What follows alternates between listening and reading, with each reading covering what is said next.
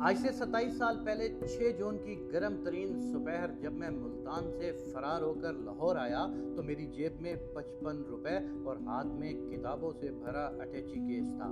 لاہور آمد کے بعد میری پہلی دعوت داتا صاحب نے کی۔ ریلوے اسٹیشن سے میں سیدھا ان کے مزار پر پہنچا، نہ کوئی فاتحہ پڑھی نہ سلام کیا۔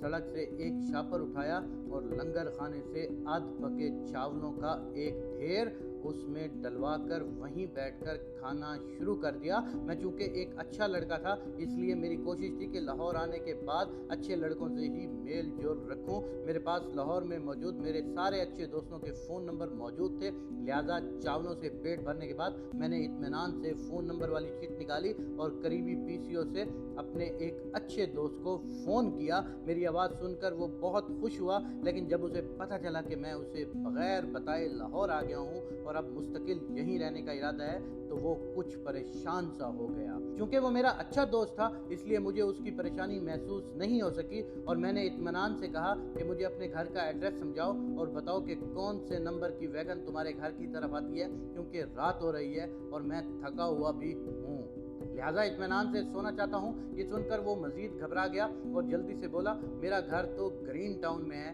اور یہاں تک آتے آتے تمہیں 2 گھنٹے لگ جائیں گے۔ میں نے لاپرواہی سے کہا، تو پھر کیا ہوا، بے شک 4 گھنٹے لگ جائیں، میں نے کون سا صبح کسی میٹنگ میں جانا ہے۔ اس کے لہجے میں بے بسی اتر آئی، گھگیا کر بولا، یار تمہیں میرے ابو کا تو پتہ ہے، بڑے مذہبی انسان ہیں اور ہمارے گھر کا دروازہ رات 9 بجے بند ہو جاتا ہے، وہ مائنڈ کریں گے۔ میری آنکھیں حیرت سے پھیل گئیں۔ میرا اچھا دوست لاہور جیسے انسانوں کے سمندر میں مجھ سے ہاتھ چھڑا رہا تھا۔ میں نے جلدی سے کہا، لیکن میں رات کہاں گزاروں گا، میرے پاس تو پیسے بھی بہت تھوڑے ہیں۔ یہ سن کر اسے اندازہ ہو گیا کہ میں اب اس کے گلے کا ہار بننے والا ہوں، لہٰذا 2 ٹوک لہجے میں بولا، سوری یار، ہمارے گھر کا ماحول تو تمہیں پتہ ہے، ابو کبھی بھی کسی غیر کو گھر میں رہنے کی اجازت نہیں دیں گے، میری مانو، واپس ملتان چلے جاؤ۔ میں کچھ کہنے ہی والا تھا کہ میری نظر پی سی او کے فون پر پڑی جہاں 2 یونٹ گر چکے تھے اور بات چونکہ میری سمجھ میں آ گئی تھی لہٰذا بغیر کچھ کہے فون رکھ دیا۔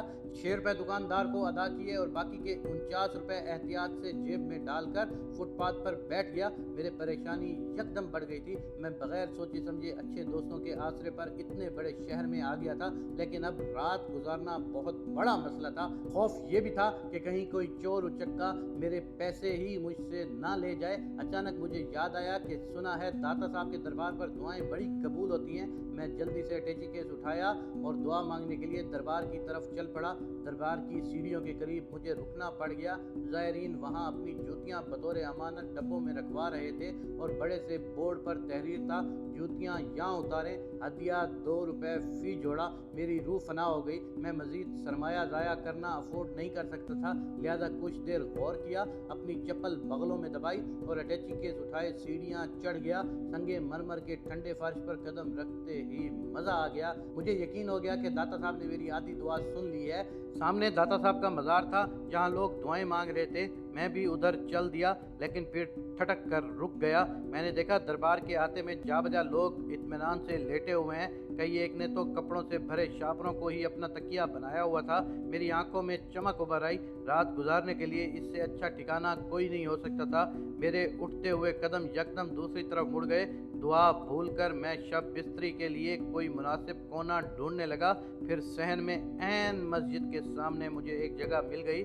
میں نے جیب سے رومال نکال کر پھولوں کی پتیوں اور مکھانوں کو وہاں سے صاف کیا، جوتی بیگ میں رکھی، بیگ کو دائیں طرف رکھا، ہاتھوں کا تکیہ بنایا اور اطمینان سے سر رکھ کر لیٹ گیا۔ اسی دوران عشاء کی اذان شروع ہو گئی اور لوگ خدا کے حضور سجدہ ریز ہونے مسجد کی طرف جانے لگے۔ میں نے ایک جمائی لی اور گہری نیند سو گیا۔ آنکھ کھلی تو اذان جاری تھی۔ میں سمجھ گیا کہ میں صرف 1-2 منٹ کے لیے ہی سویا ہوں، لیکن یہ سمجھ نہ آئی کہ اتنی تھوڑی سی نیند سے میری ساری تھکن کیسے دور ہو گئی۔ اسی لمحے مؤذن پکارا، الصلاۃ خیر من النوم، اور میں ہڑبڑا کر اٹھ بیٹھا۔ یہ عشاء کی نہیں بلکہ فجر کی اذان تھی۔ میں لاہور میں پہلی رات گزار چکا تھا۔ صبح ناشتے میں داتا صاحب میرے لیے دال روٹی لائے تھے۔ میں نے